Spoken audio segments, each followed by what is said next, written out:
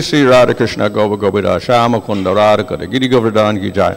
Shri Vrindavan Dham Ki Jai, Navadip Dham Ki Jai, Ganga Jamuna Tulasi Bhakti Devi Ki Jai, Ananda Koti Vaishnava Vrinda Ki Jai, Samavet Bhakta Vrinda Ki Jai, Go Premanandi. All glories to some of the devotees, all glories to some of the devotees, all glories to some of the devotees, all glories to Sri Guru and Sri Gauranga, all glories to Srila Prabhupada.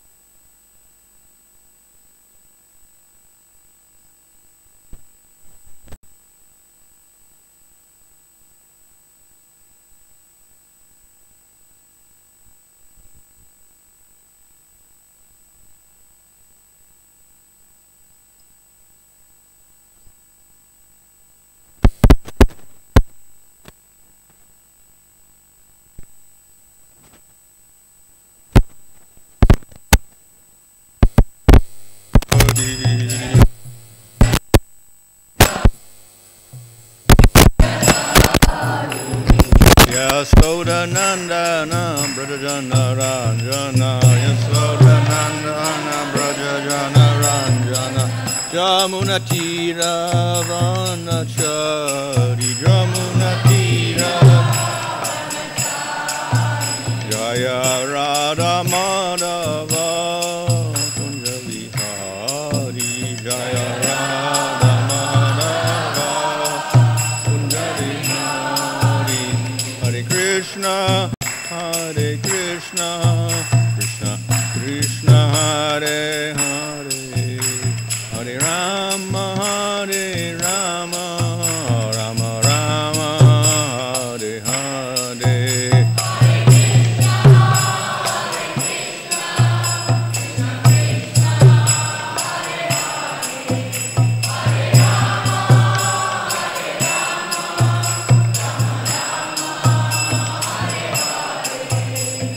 Prabhupada, Prabhupada, Prabhupada, Jaya Prabhupada, Jaya Prabhupada, Jaya Prabhupada.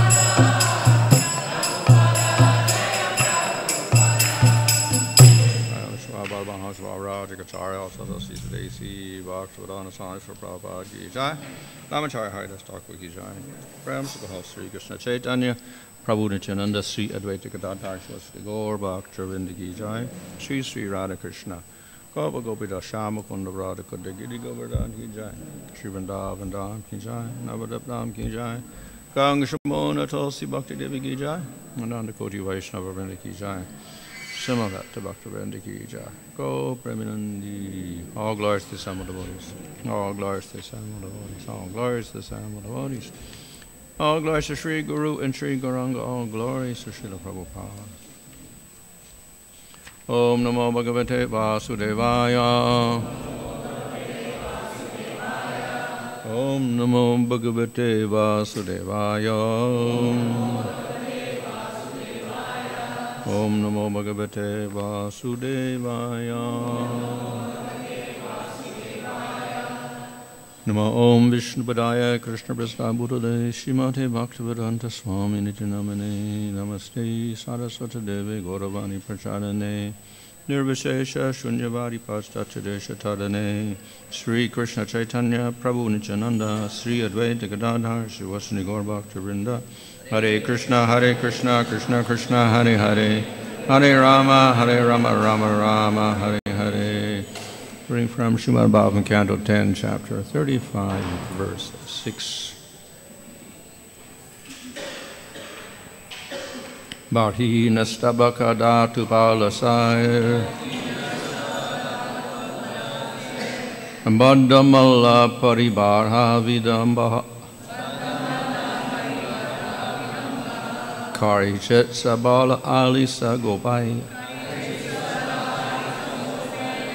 Gasama Vagyati Yatra Mukunda.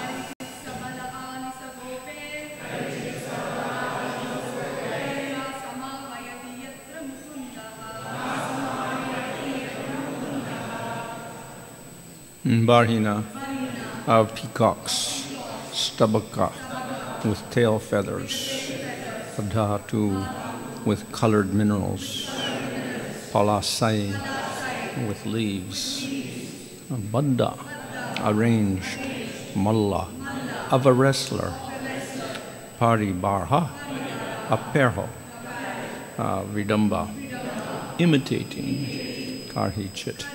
Sometimes, Sabala, with Balaram, Ali, my dear Gopi, Sa, he, Gopi, with the cowherd boys, the cows, Samavayati, calls, Yatra, when, Mukunda, Lord Mukunda.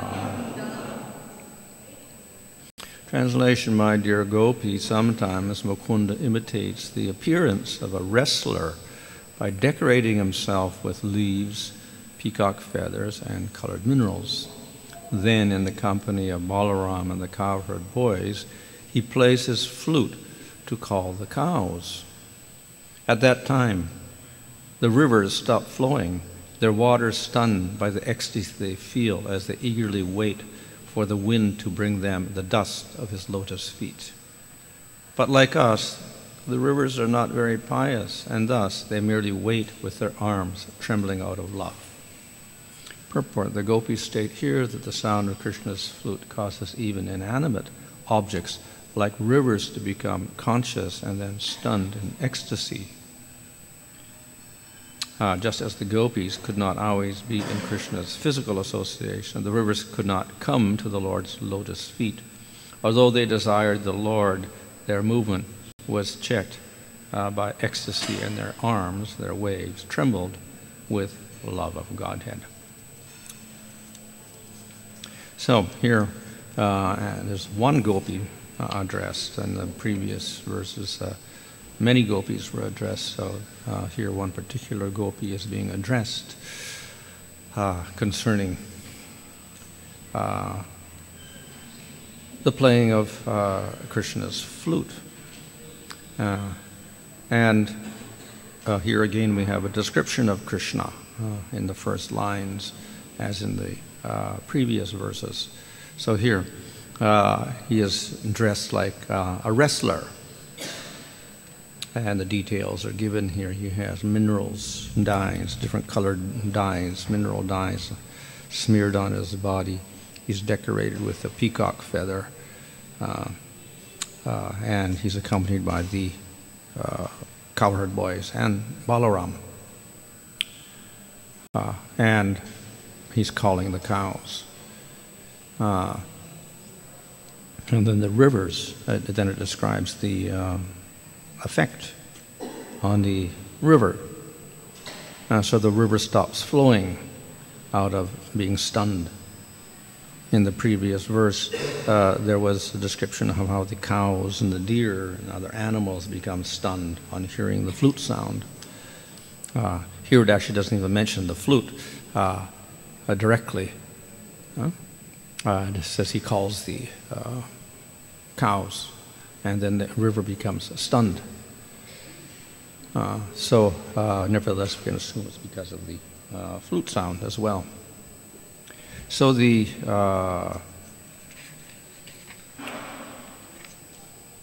sound of the flute has effect not only on the animals and the devatas and the plants, etc., but also on the inanimate objects like the water of the river.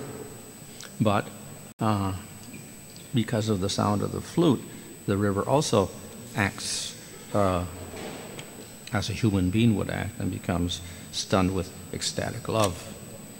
Of course, in the spiritual world, everything is conscious, so it's not surprising that the rocks or the trees or the or water can act differently from it does in this material world. And particularly because of the sound of the flute and Krishna's prema, all of the entities there and the environment becomes affected by the sweetness of Krishna. So that's not surprising that the river also responds to the presence of Krishna. In the spiritual world, we have Supreme Lord. We have his devotees, including his consorts, like Krishna has Radha and the Gopis, etc., and other associates as well. And then we have a place. So the places where the pastimes take place, whether it's in Vaikuntha or in Vrindavan or Dwarka or whatever, those particular objects in those places. There's trees in those places, there's houses, etc. And of course, then we have the whole environment with rivers and mountains and trees, etc. Sky, clouds, etc. So they're all ingredients for pastimes. If we don't have a place, there can be no pastimes. So we do action in a certain place. So in Vrindavan, we have here, for the large part, is the forest. And there we have various things described. And of course in the spiritual world, because everything is spiritual, therefore even the environment, the place is spiritual. It is created through the Sandhini Shakti of the Supreme Lord. So it's also spiritual. But we see that we have the potency of Sandhini there, representing Sat aspect or existence. And we have Samvit Shakti representing consciousness or Chit, knowledge, consciousness. And we have Hladini Shakti representing bliss. So we have different levels of consciousness as well. Obviously, everything is Chit in the spiritual world, yet we say Sandhini is in charge of the Sat part of the world and of the spiritual world, and the Samvit in charge of the Chit consciousness, and Hladini in charge of the bliss element. So the different objects predominant with some of the different Shaktis like this. Nevertheless, they all are conscious and they all have some sort of bliss inherent in them because it's all spiritual, in the spiritual world. But we give them different labels according to predominance of one aspect or the other, just as we have Brahman is Sat, and Paramatma represents Chit, and Bhagavan represents Ananda. But even in the Sat aspect, we do have Chit as well, obviously, because Brahman has to have consciousness. It cannot be unconscious. It cannot be Achit. And we can say there's some Ananda there, but it's a predominance of the Sat aspect of the Lord. So similarly in the spiritual world, the environment and the rivers and the trees, etc., and even the animals are, I could say, representing less of the conscious and the bliss aspect. And they more act as props for the Lord's pastimes with his devotees. Though they are props, they still can respond to the Lord because they are conscious as well. They're not like the objects of the material world, but they act like objects, so therefore they are restrained in how they can respond. Nevertheless, within that restraint, they act in response to Krishna and his flute. So in response to the flute, we see that the gopis or the other inhabitants of Vrindavan, they develop sattvika bhavas and whatever as a response. They develop ecstatic symptoms. So to some degree, the rivers and the rocks, etc., would also have to exhibit something in terms of ecstasy, but it's not to the same extent. And therefore, they're not classed in the same way, and therefore we don't call Krishna having rasa with the rocks or the river or whatever like that. We describe rasa in relation to cowherd boys or gopis or Nanda and Yasoda, etc., but not with the rocks and whatever. But nevertheless, there is a relationship there, and there's some bliss inherent in it. But predominance is for the human figures, with jivas and nityasiddhas and sadhanasiddhas, etc., who have developed consciousness and developed awareness and developed activity and developed intelligence, and they express that in their rasa. So they're somewhat limited with the rivers and other elements that serve the Lord in his pastimes. Nevertheless, they have to express themselves some way. So, usually the Sattvika bhavas are an expression of some unusual symptoms from beyond the ordinary. So we have tears, or we have perspiration or quivering of the body. These are not normal symptoms of a person, but in extreme circumstances we get these different symptoms. And it includes being stunned and fainting. So the river can express itself very nicely in terms of being stunned by stopping its flow, because naturally it flows. The river is flowing, and it can stop flowing. So that will express its being stunned. Not so difficult. Of course, other symptoms it cannot express. How could it express crying? It's already water, so it can't really do that. Of course, trembling it could also do with the waves. It could tremble like this, like the waves. And we see that with the trees. The leaves start quivering, as if the wind is blowing on them. So it expresses the trembling sensation. The trees can express tears through sap flowing from the trunks and the twigs, etc. The trees, of course, cannot be. They can't really move anyway, and they don't move, so they cannot express being stunned or being fainted. Really, they can express a few of the other symptoms. So, according to the objects, they express themselves differently. So the rivers flow, and then they stop the flow. So that expresses some sort of being stunned, stamba, that ecstatic symptom, and that expresses their joy on hearing Krishna's flute. And here it says not only they hear the flute, but they become eagerly. They wait for the wind, which will bring the dust from Krishna's lotus feet to the river. So this expresses some disadvantage. The rivers cannot move about freely. They move on the riverbed, and they can't move through the forest or into the village, etc. So they have to wait. That is their nature. They can't move beyond the border, their banks. So they have to wait for the wind to come, and then the dust from Krishna's lotus feet comes there. So this is a bit of indirect association with the Lord. Nevertheless, this is what they become eager for, because they can't aspire for much more than that. Of course, sometimes we see how Krishna comes to the river and then he bathes in the river, so then there's direct association there. But that's not all the time, it's an occasional affair. So here they're at least they get a chance to associate with Krishna by getting the dust from carried on the wind from his lotus feet. So there's some aspiration for association, but at the same time they are very limited in how they can approach the Lord, so this is a disadvantage for them. So the gopis express themselves as, they identify themselves with the river, because the river is limited in how it can approach the Lord. It cannot directly approach them. So therefore, the river is, of course, considered to be impious, because lower living entities that cannot express themselves properly, the lower consciousness, are considered to be lower births, and that is due to sinful activities and less punya. And then the more elevated you are with more intelligence and better body, etc., then you have more punyas. So due to bad or lack of punyas and sinful activity, we have rivers manifesting, which means limited in how they can associate with Krishna.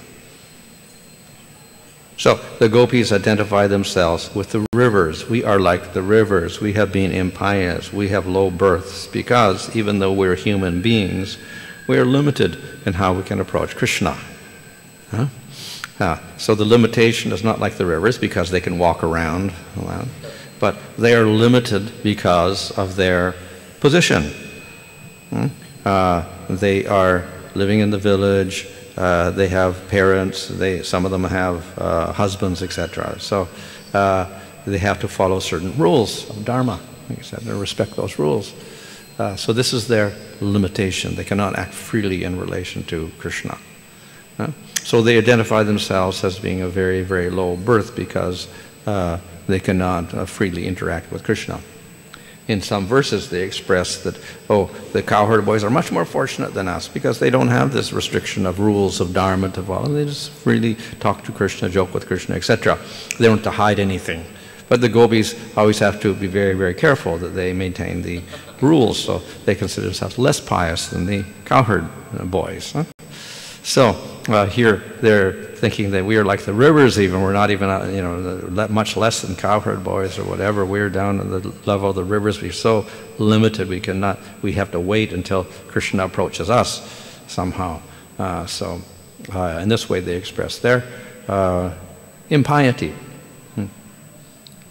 So this is a symptom of their sense of humility, or dainya. They're they feel themselves very, very fallen and low in relation to the Lord. On the other hand, we know that they're also the highest. So they are the highest of the personalities in Vrindavan. But at the same time, they think of themselves as being very, very low. So here they can think of themselves like the rivers, because they can't even approach Krishna freely. We see that in the previous verse, talk about the animals, the cows and the deer, etc. They also not restricted. So, but the river is more restricted. So therefore, they identify more with the rivers than not with other living entities, because of the restrictions put on themselves. So this is an expression of their their humility, but also the humility also expresses the greatness of their love, the intensity of their love. So here we have an expression of great longing to meet with Krishna. And then we have the obstacle to that, that is their rules of dharma, etc., which prevent them. So when they see the various other entities of Vrindavan associating with the Lord, they put all of these entities in a higher position because they have, in one sense, less restrictions than others. But there's also a reason for this particular position of the gopis, and that is that they're put in this position to show the intensity of their love. That though they do have these restrictions, just like the rivers are bound by the banks, they have the rules of dharma to follow, and fear of elders' criticism, etc. But ultimately, they ignore that in favor of pleasing Krishna. So in other words, their attraction to Krishna is more than their observation of the rules of dharma, and therefore they overcome all of these obstacles. And this is something that the rivers cannot do. The rivers cannot go beyond their bounds, etc. The animals are also restricted. They don't go beyond their particular nature as animals and start speaking or whatever and having a higher elevated rasa with Krishna. So they stay within their limitations. So the gopis are, in one sense, limited by conventions, but they overcome that in order to meet with Krishna. So that is an expression of the intensity of their love. It overcomes all obstacles. So though they lament and consider themselves very fallen, as in this verse, even that lamentation and separation from Krishna and not meeting him freely, that is also part of the highest bliss. We shouldn't think of it as anything material. So though they experience some sort of pain and separation, it is part of the highest bliss. Therefore we cannot criticize them as being materialistic or anything for lamenting, because it is separation from Krishna. So generally for all of the different rasas, it describes prema in meeting the Lord, and prema in separation. The two aspects are there, so it's all part of prema. So even in Shanta Rasa, we have separation from the Lord and meeting the Lord, not seeing the Lord and seeing the Lord. Two aspects of Shanta Rasa. And of course, with Dasya and Sakya and Vatsalya, then we have meeting the Lord and separation from the Lord and longing to see Him, whatever like that. And it's part of prema. So similarly for the gopis, we have separation from the Lord and meeting the Lord. And we have the same with the even in Dwarka, with the queens of Dwarka. There is separation from Krishna and there's meeting with Krishna, both are there. And it's all part of prema.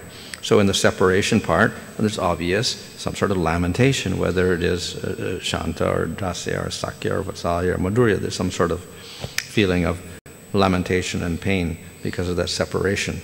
And of course, the longer the separation, the more the pain is experienced. As when Krishna goes to Mathura and Dwarka, then it's long separation and greater pain. Otherwise, there's a short separation. Well, nevertheless, there's that feeling of lamentation and pain in all the different devotees. But it's part of prema. So within prema, it is natural that in separation, then that type of feeling will arise. So we should not criticize that or consider it material. It is part of the spiritual world and part of prema itself. And it's another side of prema. So within that, even within that separation and the pain of separation, there is a feeling of bliss, which is difficult for us to understand. And within the meeting of Krishna, there's a feeling of separation also. Krishna gives that as one excuse for not going back to Vrindavan when he's in Dwarka. So anyway, even if I go there, they'll simply be full of pain, because then they'll be fearing that I'll go away again. So they get more pain. And so even when they're with me, they'll be feeling pain also. So how can I go there? It's not going to solve the problem. And even when it is described with the queens of Dwarka, when they're playing in the water with Krishna and Dwarka, then in great ecstasy, they think that Krishna's not even there anymore. So it's another type of separation when Krishna is not absent at all, and out of great confusion, they think that Krishna is not there, and they start lamenting even when he is there. So there's various aspects of meeting also which are like separation. So in meeting or in separation, we get opposite symptoms. In separation, we get some bliss, and in meeting, we get some separation also and lamentation. So therefore, but it's all part of the bliss of the spiritual world and the bliss of rasa. So here they're lamenting their separation from the Lord and their restriction on them in different in their situation. Here Krishna is addressed as Mukunda. So one meaning of Mukunda is one who gives liberation, or moksha. But obviously the gopis are not thinking of Krishna as blessing them with impersonal liberation, but of course he does what he does. He frees them. He should free them from the restrictions that are placed on them. In other words, he should meet with them somehow or other and stop this type of separation and the obstacles that produce this separation. So it is a prayer to Krishna to meet with him. There's another meaning of Mukunda also, that he has teeth which are like white, like jasmine flowers, the buds of the jasmine flower. So in other words, when he smiles and he shows the whiteness of his teeth, so it describes Krishna's smiling face as well. So in other words, it represents the attractive nature of Krishna as well. So in this way, the gopis are doing this kirtan, remembering Krishna by describing his features and how various entities respond to that in different ways. And in this case, they're lamenting their position by similarity to the rivers, by being restricted or whatever from seeing him. So this is obviously a confession to another gopi. It's not in front of the elders or Yashoda, but it's to the gopis. They're expressing this separation from Krishna.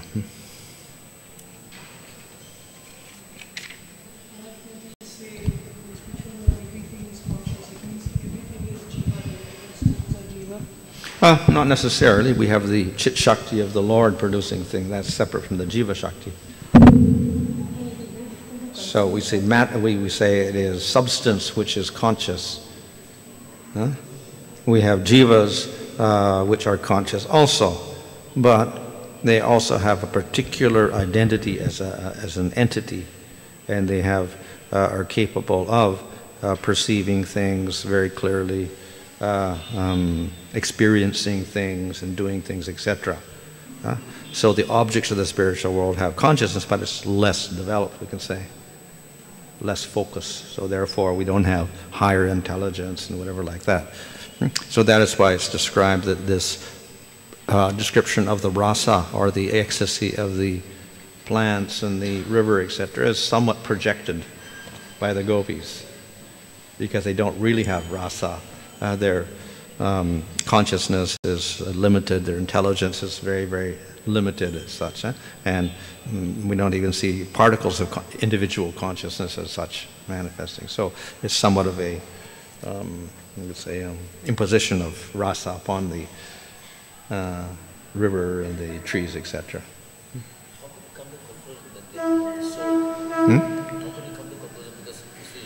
Well, there may be souls there, but at the same time we just have the Chit Shakti of the Lord and the Samvit Shakti of the Lord producing consciousness, so it doesn't have to focus on individuals as such. But their prema is less than ours. Their prema for the Lord, is different. There could be jivas as well, I'm saying, but then, if we have a house, is the house a jiva, or is the individual bricks of a house jivas, or is the roofing and tiles on the roof a jiva each? Now it's a little bit complicated to think of it in that way. In Brahma Samhita it says that the houses are made of chintamani. Yeah, stone. So it doesn't necessarily jivas. It's just some spiritual substance as such. Or because of it is spiritual, that's why we say that it is full of conscious. Because of the spiritual. Normally, whatever we say, because of it is spiritual all. Whatever we see in the spiritual, everything is spiritual. Because of that we say, okay, in the sense that it is spiritual, that it is conscious. Yeah, and of course it's not covered with ignorance, as everything is. The jivas are covered with ignorance, and all the matter is ignorant as such, as ignorance. And it produces ignorance.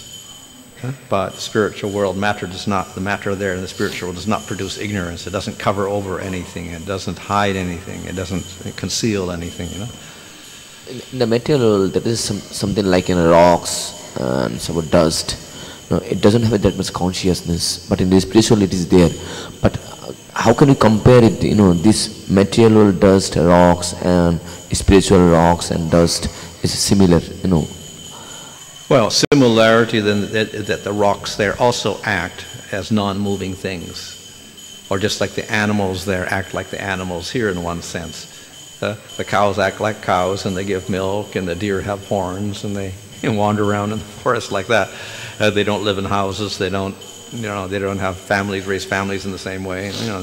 They follow those characteristics of certain animals, and the rocks act like rocks and the mountains act like mountains under normal circumstances. No, see, these 84 lakh species are there. In the 84 lakhs there, rocks is not there. Yeah. Rocks is not there. So we can say the rock is completely different. Yeah. The rock is completely different than other living entities. Means although it is a rock, also is in the spiritual world. Yeah. Well, obviously the rocks are more limited and the rivers are more limited than the plants, and the plants are more limited than the animals. Just as I say, in the material world, different objects have certain characteristics. So the spiritual world, they follow that more or less the same pattern. So the rocks are more limited than the trees, for instance. They're both non-moving, but the rocks, they don't produce flowers or fruit or anything. So at least in the spiritual world, the plants may produce fruit and flowers, etc., leaves, etc. But the rocks don't just sit there; they don't do anything. So they're more limited.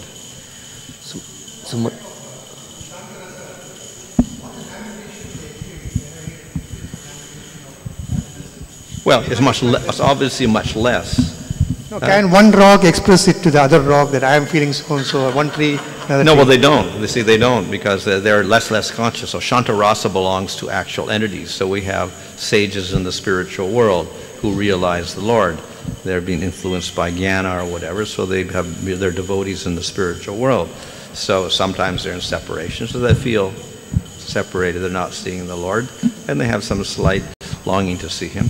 And then at certain times they see Him, and they get some bliss from that. And they get some ecstatic symptoms from that as well.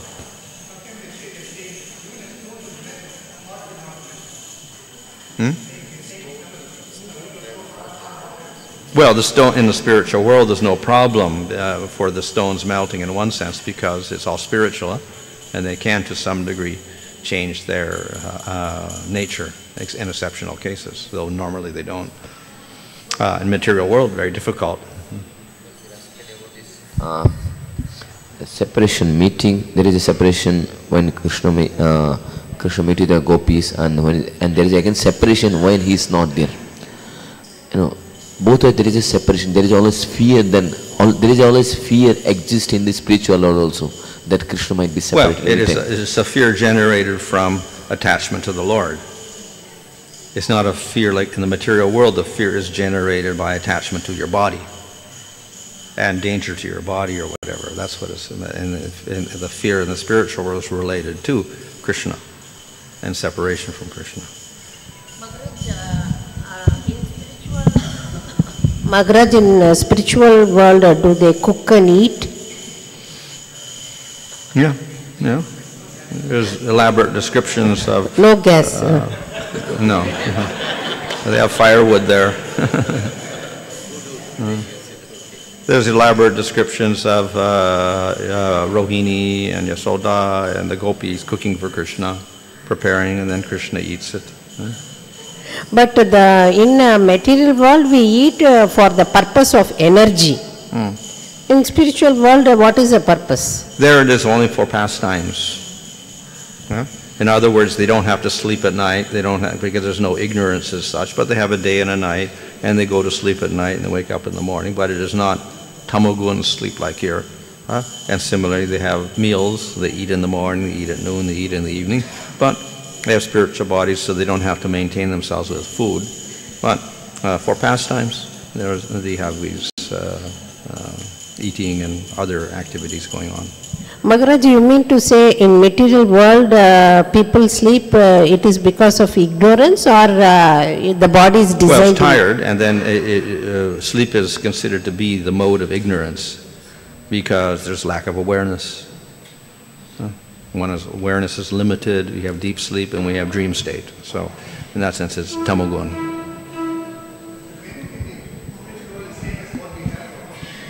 Similar, but of course it can be alter as well. It can be different as well.